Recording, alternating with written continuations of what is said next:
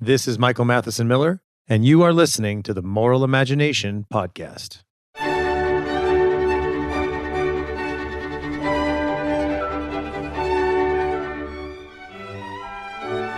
Thank you again for listening to the Moral Imagination Podcast. My guest today is Obianuju Ekeocha. She's the author of Target Africa, the writer and producer of the documentary film Strings Attached, and the founder of Culture of Life Africa.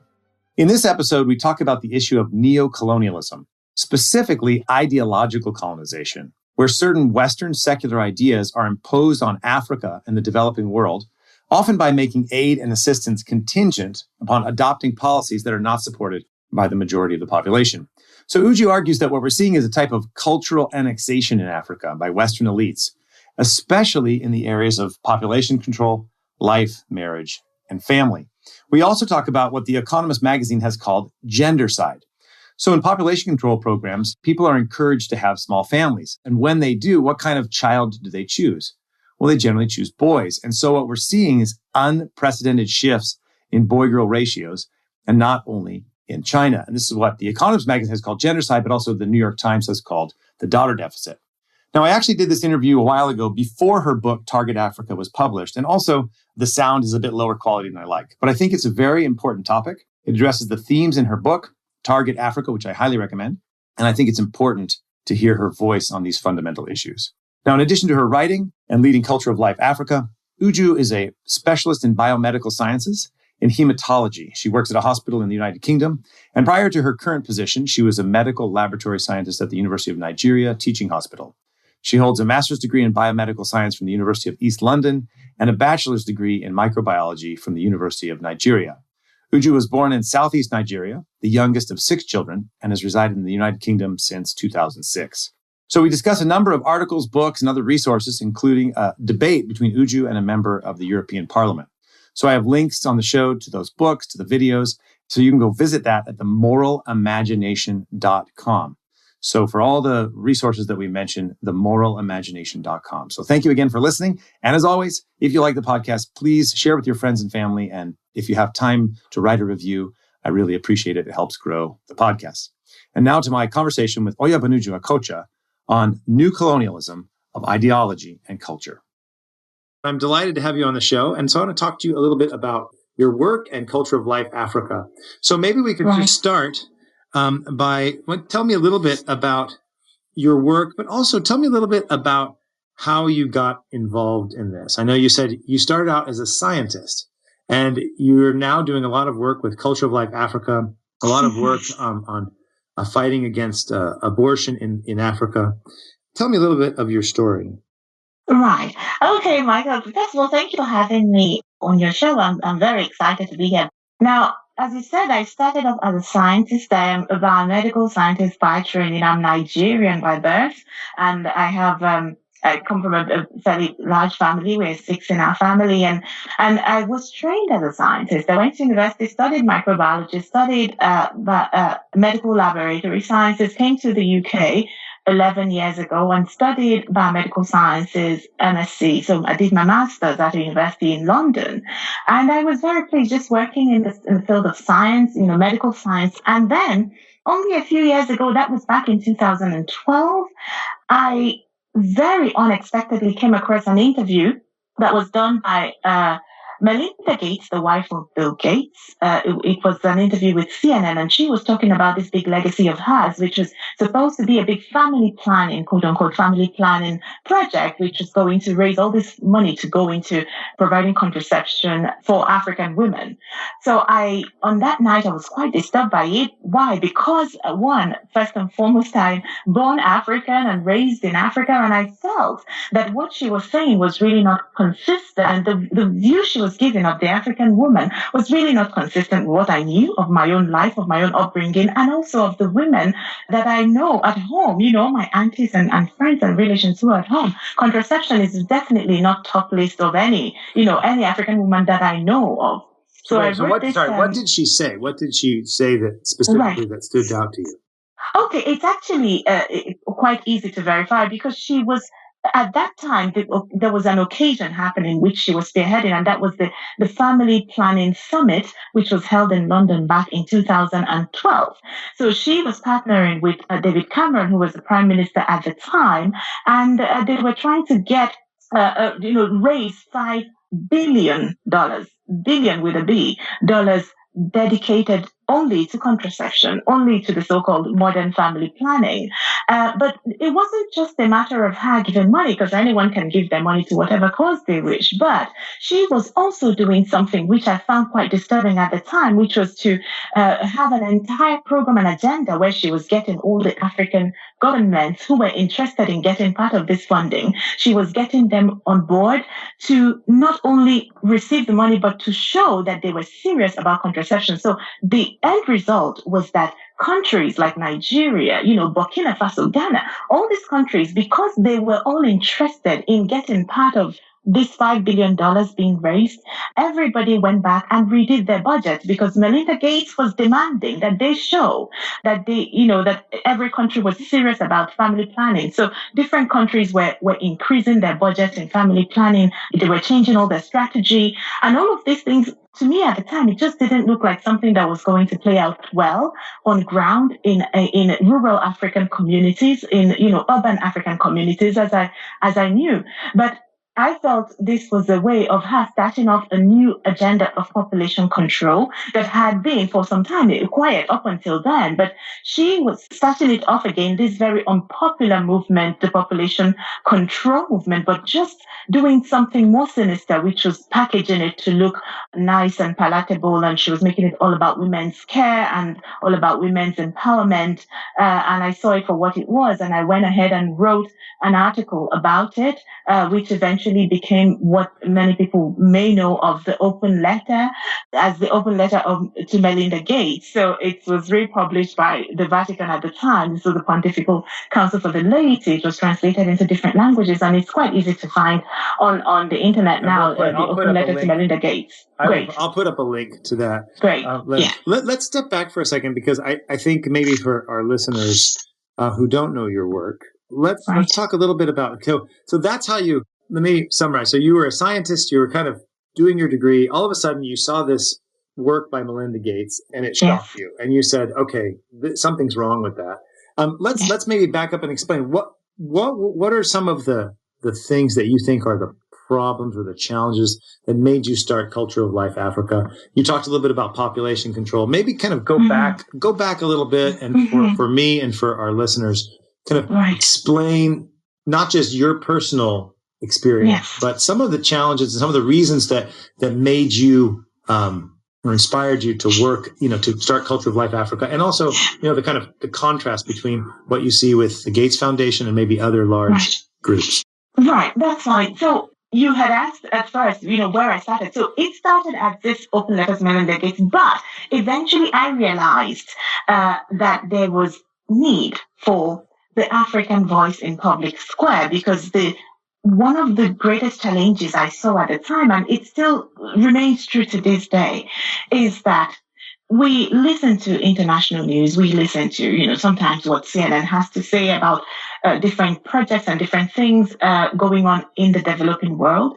And there's a view of the developing world that has been painted of this, this area struck by poverty, and everybody's hungry, and everybody's dejected. But also not just that, there is also the reality that in most of the projects that we see going on that has to do with Africa, what is very absent will be the African voices. So you wonder, if Melinda Gates is doing such a massive project, who are the African spokespeople? Who is, how is this even trickling down to the rural areas and the woman working in her farm in some rural part of Nigeria, some rural part of Tanzania? However, I decided to, as small as my voice was, I decided to start a blog and start writing as much as I could on the African perspective, to give an African perspective, one from my own personal experience, but beyond that, from what I have found to be true, working with different African countries or having worked in different parts of Africa and having also many friends who have had different experiences in different parts of Africa, trying to show the world that Africa is not just this, this territory that is struck and devastated, but with all kinds of misfortunes. But Africa is a collection of people, 1 billion of us, and we all have all these very beautiful cultures. We have our cultural heritage. We have our own views and values. It's not a vacuum. We have what we think or believe about abortion or about human life or about contraception or about, or about human sexuality. Africans have very rich heritage and culture and history, and I needed that to be heard. In as much as not a lot of people are listening, especially at the highest levels, where the philanthropists are doing their work, they still go ahead and do what they want to do. But I wanted people to know through my writing, this is where the Africans are coming from, because in as much as we're all different communities and different countries and different cultures, and ethnic groups, we still have common threads that run through all these cultures. For example, what the different cultures believe about human life, where do we think life comes from? At what point do we think life starts? And how do generally the people of Africa perceive something, for example, like abortion or marriage or lack thereof? So I just I felt there was a need for the voice, and I have been trying as much as possible to write and speak. Now I do a lot of speaking and also just listening to people in different African countries when it's possible for me to go to Africa. You talked about the voice of the African woman, and you mentioned that you said, there's this, maybe I'm putting words in your mouth. You said it's like Africa is not a vacuum. It's not a cultural vacuum. And I know I've heard you speak about neo-colonialism. And, in our film Poverty Inc., and we have a chapter on neo-colonialism focused a little bit more on kind of foreign aid. But you talk about how this population control or contraceptive mentality, which is related to population control, is actually a work of neo-colonialism. And that seems to be like your argument isn't so much, or isn't first and foremost a moral argument as much as it is an argument of a cultural argument. Like, what right do, say, bureaucrats from Brussels or Washington, D.C., or philanthropists like the Gates have to kind of impose these views? And I can put up a link to I saw an interview you did, or a panel you were on, and you were asked this question by, I think it was like a Dutch or a Belgian woman. And well, why shouldn't we help? Why shouldn't we give women choice? And your argument was not so much about women's choice, but about neocolonialism. Like, why does it? Can you maybe you could explain that? Sure. And I think a lot about in a lot of my work and a lot of my speaking, I try to bring attention to this area. I'd say this area of the argument, this facet, let's say the facet of the argument. Of course, everyone knows within the pro-life movement, at least in the West, people are speaking about abortion rights and wrongs, right? There are the people who call themselves pro-choice and the people are on the other side saying life begins at conception. And that's, becomes then, the argument between the two. But the Africans come from a third dimension, if you like, of the discussion. And that is beyond what people in the West think about the rights or wrongs of abortion. The Africans already have what they believe based on and it's not arbitrary.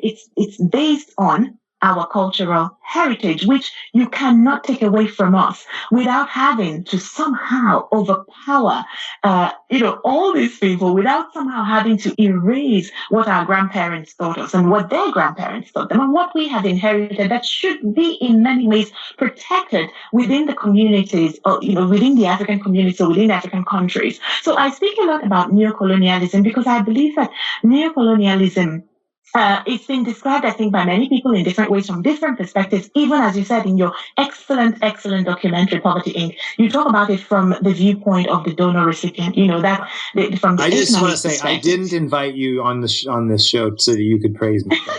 No, you didn't ask me to do that. But I can't finish this interview without talking about Poverty Inc. and how much I love it and how true what you said is. And really, you bring in that argument of neocolonialism from an economic perspective. But even from a cultural perspective, talking about something like abortion, for example, and there are many other issues. It's not just abortion, but there are many other issues that have now become really they've become flashpoints. They've become real hot button issues in the argument between the modern liberals or the progressives, the radical progressives, and the more conservative people in the West. But the Africans believe something, right? And it's as if these people coming from the West, especially people coming from the left of the West, if I'm allowed to put it that way. So the Melinda Gates and the people who are coming from the European Union and the people, all these people and the philanthropists, they are mostly liberals, and they're coming with all their gifts that have to do with social change, that are, the gifts are concentrating on human sexuality and all these things that are very, very controversial. But what we see is a group of wealthy Western people coming to culturally annex us. So this is a form of annexation. And if it is a form of annexation, then it is really indeed truly comparable to the colonization that happened back in the 1800s, right? Where European countries were gathering in Belgium, the Belgium Conference of 1884. They gather and they decide, what are we to do with these people in Africa? And they partitioned us and annexed us and colonized us. I see it happening again, Mike, in everything that I'm doing, that these people gather at the United Nations. They had the Brussels conference where they were trying to raise money for the so-called safe abortion, right? But they are deciding what to do with Africa and what to do about African women without us having to speak for ourselves, without really listening to the African people and paying respect to those sets of values, really complete sets of values that we have inherited and have been within our communities and societies for centuries, right? My parents taught me something and my grandparents taught me something. So you can't take it away from me and tell me that you should allow abortion to be so that people can be pro-choice or pro-life, or people can choose as they want, as that Danish lady said when we were at the United Nations meeting. You can't just say that, because for that to happen, that means you will come into our society, you will come into our African communities and take away from us these values, because you can't have abortion in a place where people believe by culture or from their cultural heritage, or as part of their cultural heritage, that human life begins from conception and that human life is so very precious. And it's not just a born child or an adult. This is even from pregnant women. These are things that have been woven into our culture. It's been woven into our language. I spoke at that meeting at the United Nations about language, but it's not just language. It's even in our name. For example, my brother's name is Ndubuisi. It's an Igbo name, which is it's a tribal language. Ndubuisi means literally human life is first. So in other words, life is the first human right. So how can you come into a society where things have been encoded like this into even names and language and our way of life, and then tell us abortion can still exist on the side alongside whatever you guys believe? That is annexation. That is ideological colonization. Yeah, I as you know, I'm a very strong critic of population control. I think it's economically wrong, right? Yeah, great. Population does not create poverty, and we've seen that. The world's population has been growing dramatically, and people are getting wealthier.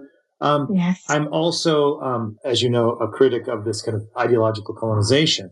But let me and I want to say, I think your argument is very interesting, because you're making this point that I think underlies a lot of the problem with the poverty industry, in that we trust a little, we dressed a little bit in Poverty Inc., but it's a type of social engineering on, and what I sometimes say is that people in the West, we tend to treat poor people like objects, but then we use the developing world almost as a laboratory for our experiments.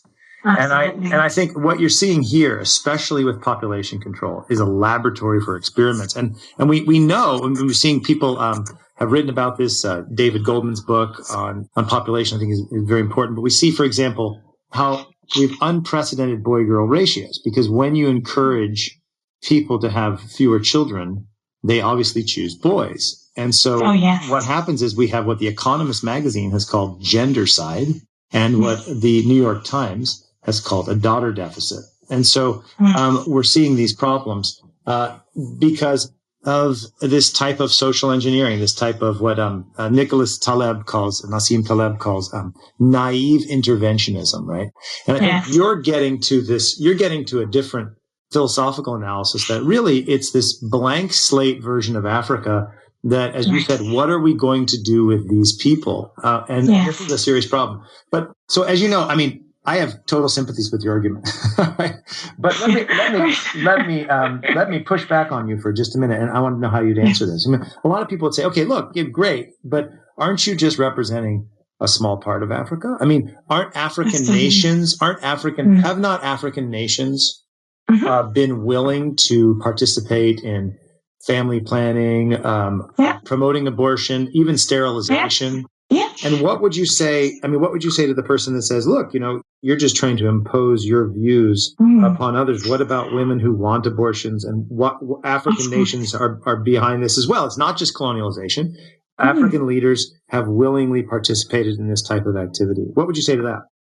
Well, it's good that you pointed out right at the end that African leaders have participated. So what we have for sure in Africa is one of the problems we have is a lack of clarity in governance, a lack of transparency in governance. We have government officials and politicians, not all of them, but some of them who are very much addicted to what they can get from the West in a way of grants or funds or donations. So many people in Africa have acquired the taste for grants, and now these grants are coming, and they're coming with strings attached. So even when you go to like United Nations meetings, it is undeniable, and I'm going to admit it right here.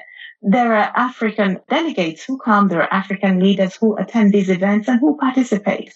But the problem is that many of them, when you see the way they operate, even people who would speak up maybe in support of Melinda Gates, well, they also, you ask them just the one question: where do you get your funding to make all these travels, or how are you able to get around to all these United Nations meetings? And if you make just the extra effort to check their connections, you would find them strongly linked to these Western organizations and Western philanthropists and entities and stakeholders who want nothing more than to exercise their social engineering or experiment on Africa and Africans. So there is the one thing I was just thinking of saying, but let me just introduce this little thought that our leaders who are speaking at these events, if I can put it this way, in many regards, they do not exactly represent what the ordinary Africans are thinking. So how do I know this? If you survey, it has been done. Pew Research had published a survey back in 2014, which is not all that long ago, about what people think, for example, of a lot of moral issues, abortion being one of them. If you look at this research, they've surveyed 40,000 people in 40 different countries. I mean, this was a very well-done research, a well-done survey.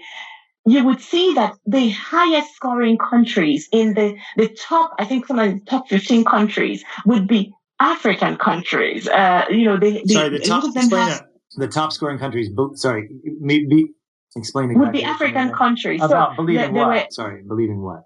Yeah, believing that abortion is morally unacceptable to them. That was the question. Okay. That was the exact phrasing of the question in the survey. Do you find abortion morally acceptable or morally unacceptable? So there are the Africans who were surveyed who were having things like something like 80% in Nigeria. I think it was 80% of the people surveyed said that abortion was morally unacceptable to them under any circumstance.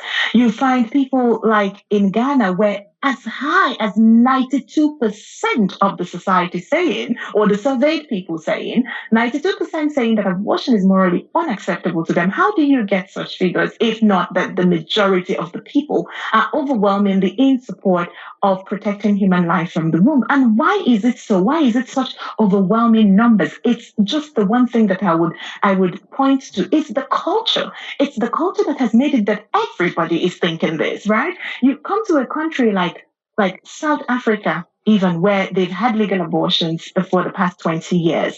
Even there, where you're thinking, okay, you will get to this country and probably South Africa may be, similar to polling or surveying people in the UK where there's also legal abortion, but it's nothing compared to what's happening in other places where they have legal abortion, because in South Africa, only about 10% of the population said that abortion was morally acceptable to them. So even though abortion has been legal for 20 years, still up to today, there are just 10% of population, at least population surveyed, who agree that abortion has become acceptable to them. So how are you going to bring in abortion, and how are you going to, bring all these things to these people who have inherited from their ancestors or from the generations before them, who have inherited these beliefs? It's really hard for you to do it. You're going to have to overpower them. So what we're finding, a lot of these philanthropists and Western entities, what they're doing is that they are completely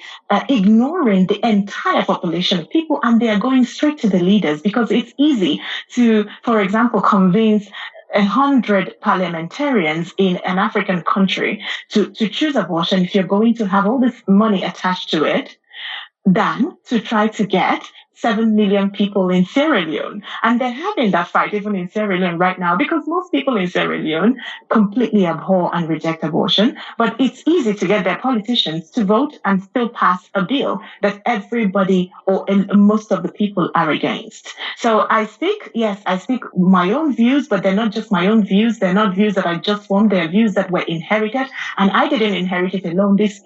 I'm speaking about the society. I'm speaking about, this is what the system that we have been formed in, and how our society has been completely built with a recognition for family, a recognition for marriage, a recognition for the sanctity of human life, in such a way that even in all the problems that we see on the international news platforms that Africa is having, the reason why the Africans remain resilient, even when things like, an Ebola pandemic would go across and devastate the country, the only thing that keeps Africa going is the family structures and the backdrops, and, the local communities, and also in many regards faith, because a lot of Africans are also subscribing to either Christianity or Islam. So there is the faith backdrop, and there is also the cultural backdrop and the family. So we've had our societies built with these key elements, but the social engineers who are coming from the West, with all the things they're introducing, they are directly attacking those structures that we've already been built up in African communities for centuries. Yeah.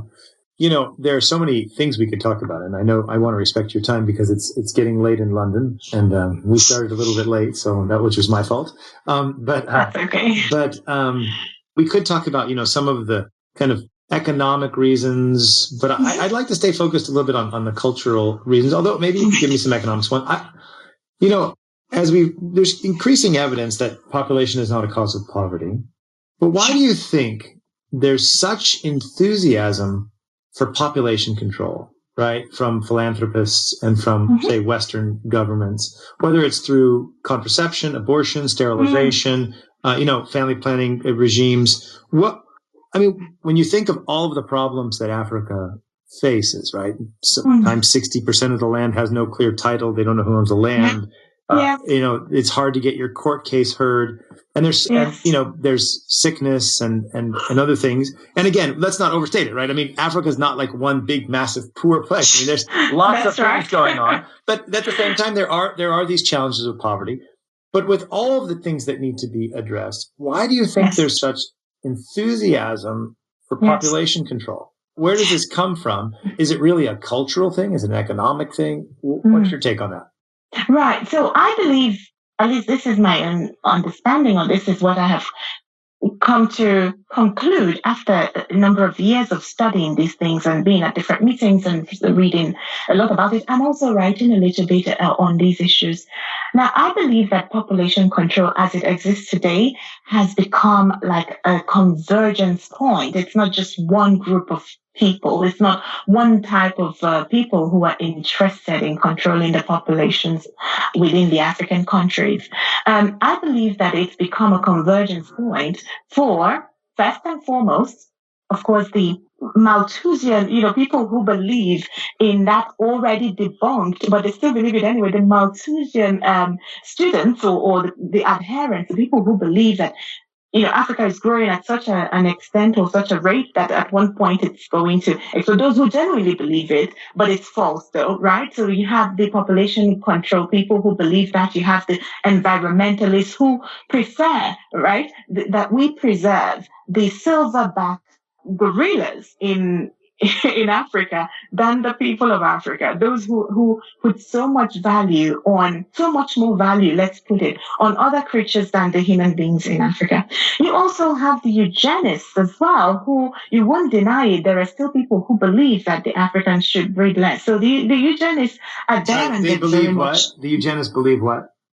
They believe that the Africans, the brown and black people should not be having children or as many children. And a lot of some of the biggest pro-abortion organizations who are working right now in the world have been founded by eugenists in the last 100 years. So, Okay, so I'm like who would speaking that of be? Margaret Sanger. Sorry. So yeah, who would that be?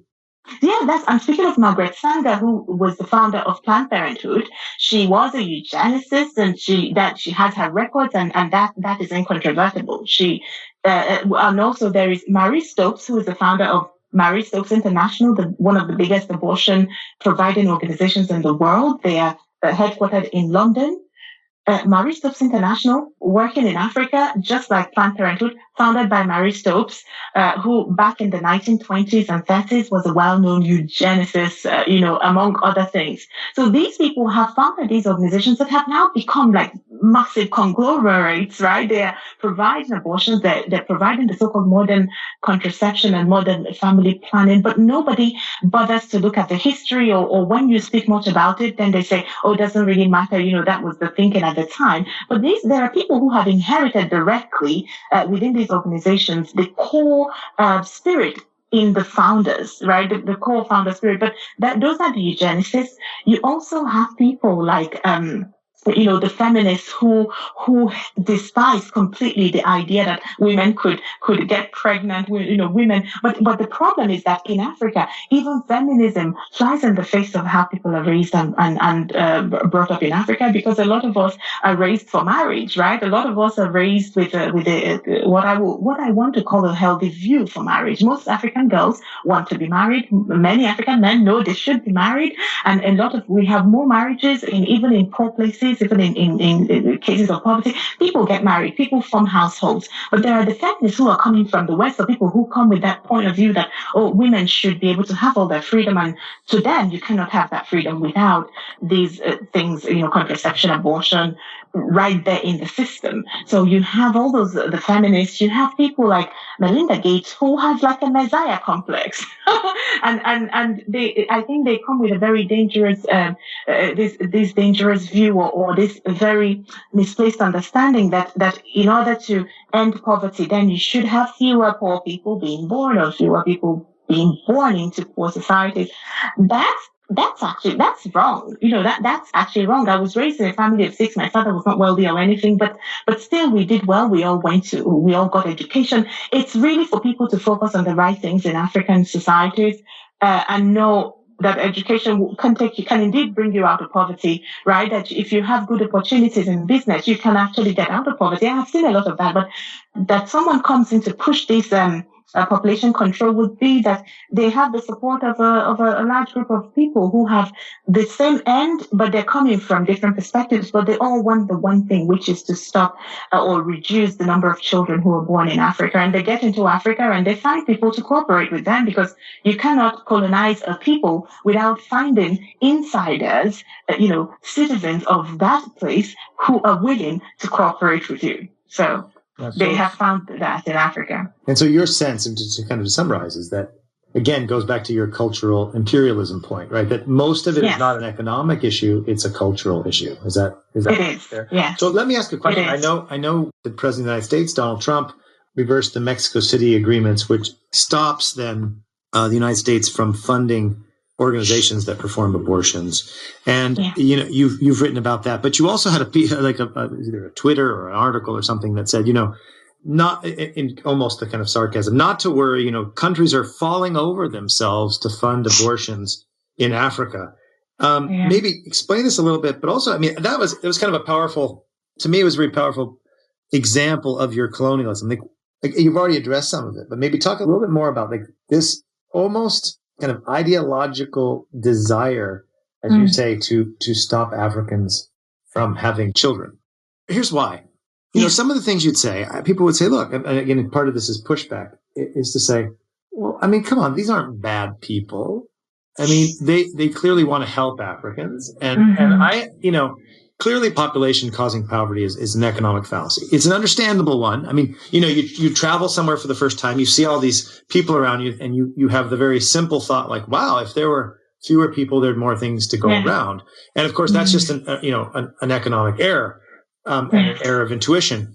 But here you have very serious people kind of pushing this, and as you said, falling over themselves to try to take the place of the United States in funding population control. Maybe talk a little bit about that. Sure. So it was just shortly after President Trump took office, and after his inauguration, I think it was like 2 or 3 days later, he passed the Mexico City policy, of course, which, as you explained, it just is this policy that states that the American government would not give money to organizations that provide abortions, but also organizations that promote abortions. So this would actually affect organizations who come to Africa and they lobby, and they're there in African countries right now where you don't have legal abortion. We don't have legal abortion in about 50 out of 54 countries. They are lobbying for abortions. And during the Obama administration, these organizations were getting money. They were getting a lot of funding. Someone has written somewhere something to the tune of, $600 million they were getting from the United States under different things and under different grants. But this goes directly into promoting or pushing for abortion in these countries, and sometimes providing abortions as well in countries where people overwhelmingly reject this idea of abortion. So President Trump has, very fortunately, he reinstated the policy, thereby cutting this funding. Then what happened shortly after was just a very unfortunate thing, really, and very, very disheartening to see that many Western countries, many European countries specifically, rose, including Canada, not just Europe, sorry, but Canada as well. They rose up to say they're going to stand in the gap and fill this gap that the Americans have have then created. So there's this $600 million where that abortion organizations are supposed to be getting, that they will not be getting. It's a defunding. So they've all started pledging, and they decided to do this big campaign called the She Decides campaign.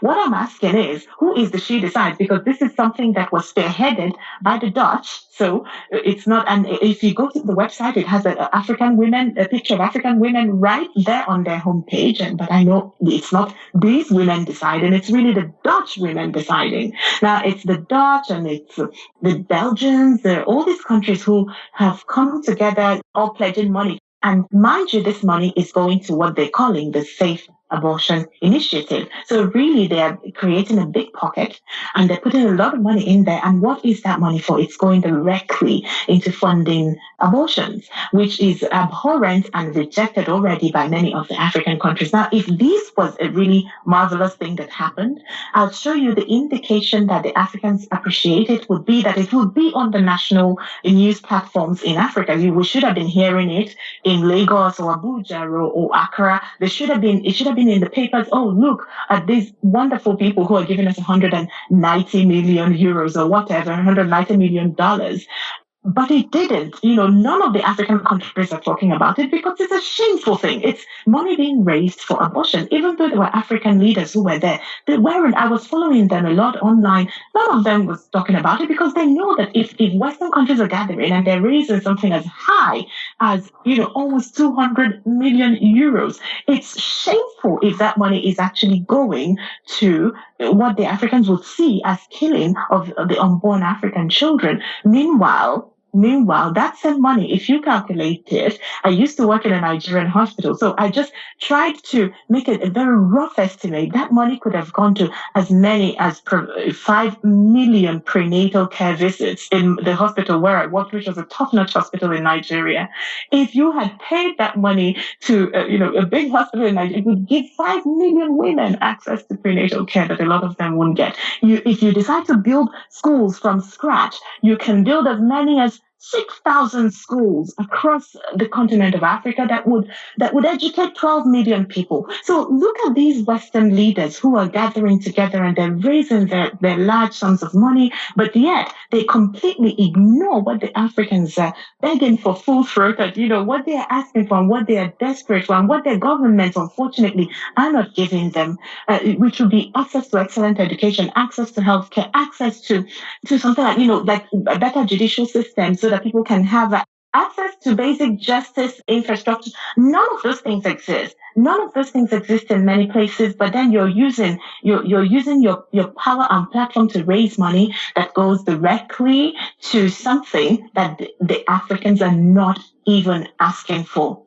I think that it's a shame. And I think that there is a level of arrogance in it, Mike, which is deplorable and which is lamentable, that the Africans should rise up right now and begin to speak out against this kind of colonialism which is taking hold, which is really a colonialism of thought and a colonialism of ideology that is coming from Western people who believe that the first important thing or the most important thing should really be that the Africans should have all the population control in the world. There was a man from the EU, one of the if in fact he is the EU Commissioner for International Cooperation and Development. He said it's a fundamental right, he called it, for women to have access to modern family planning. And I responded to that tweet of his and I asked him, is it then right that you are offering girls in Europe education, and what you have to tell African women is that their fundamental right is modern family planning, which they're not even thinking of, which they're not even talking of in the way that they are thinking, that you're thinking of it in Europe. Is it right? It's not, obviously. So you're telling us this is the new standard for fundamental human rights, and I say no. It's actually fake fundamental rights, because if our fundamental rights should be something like a right to life, which no one is talking about in the European Union. But that's what they're raising money for us to have. What they have now decided to label as fundamental rights, which is access to contraception and abortion. It's like, it's quite harshly, it's almost a colonization of the body, isn't it? It is. Now, I have a question for you on this. It's interesting because, as you state, you think that abortion is morally unacceptable, and I agree with you 100%. But your argument is saying, look, whether you think abortion is morally permissible or not, you really shouldn't think that it's okay to colonize African countries with your ideas. That's right. Do you have a number of people who maybe don't agree with you on the morality of abortion, but who come to your side and say, look, I agree with you, we should not be doing this? Or do you find it quite ideological? And because a lot of people in the progressives that you talk about will kind of condemn colonialization, but yes. do they come on side with you on this, or do you find yourself a bit alone? Occasionally, I have found people like online who would tell me things like, I'm pro-choice, but I see where you're coming from. I see and respect where you're coming from. But of course, many times, especially as we have, at least what I see, okay, I might not be going out a lot, but I see a lot of the radical progressives who are coming from the hardcore left, who it seems incapable of intellectual honesty, right? To the point that they can see that you're trying to make this argument, and it's almost a direct link. Like this is colonization. If you're coming in with so much money to these people who don't have as much money as you do, and you know that they're going to take this money from you, you know that the Africans, you can't offer them 190 million euros and then have them turn away. It's hard, especially for African leaders, to reject it outright, right? They will always try to bend and bow so that somehow they can lay their hands on this money because we believe we need it. At least that is the thought. Whether that is right or wrong, that's another conversation. But people from the hardcore left cannot take that final step to say, okay, in that regard, or in this case, we should not be doing it, right? We should not be doing it, because I have tried to speak, I've tried to call people out on some of these things, some of the philanthropists, and in my writing and in my speaking, and yet they just they sidestep me, right? They try to sidestep me, or they try to ignore me, or they try to ignore my voice. And I try to tell everyone, I am not making a moral argument about the rightness or the wrongness of these things, but I'm just saying that if you come to a group of people, if you come to a society who have a list of 100 things that are important to them. It's the malaria drugs, it's the school fees, it's basic security, it's ordinary drinking water that people don't have in many places in Africa, like clean drinking water. It's all the list of these things. You skip everything and go down to the bottom and say this is what your fundamental rights should be, or this is what women ought to be asking for. So I haven't seen that level of intellectual clarity or intellectual honesty where people on the left are willing to listen and change by listening to what we're saying, or this particular argument of neocolonialism that we're making. I haven't seen it happen yet, but I'm hoping it will happen in the future, and we continue to speak out until they listen to us, or until the Africans will rise up and just completely reject this whole notion that someone from the West or leaders from the West should decide for you what you ought to do. But for that to happen, my people will have to first of all walk away from the free money and the grants and the very attractive donations that come from organizations like the Gates Foundation. We have to first of all completely cut ourselves from the appetite for those things in order to be able to fight them with all our hearts and with all our might. Obianuju, thank you very much for your time and for all of your insights. Before I let you go, tell people a little bit where they can find you, and I'll put some links up about Culture of Life Africa, some other resources, things people should read, important articles or books you recommend. Okay, so cultureoflifeafrica.com is the website where I write, cultureoflifeafrica.com, but I'm also very vocal. Where you find me a lot, almost every day, would be on Twitter. You'll find me, my Twitter handle is at Obianuju, Obianuju, at Obianuju.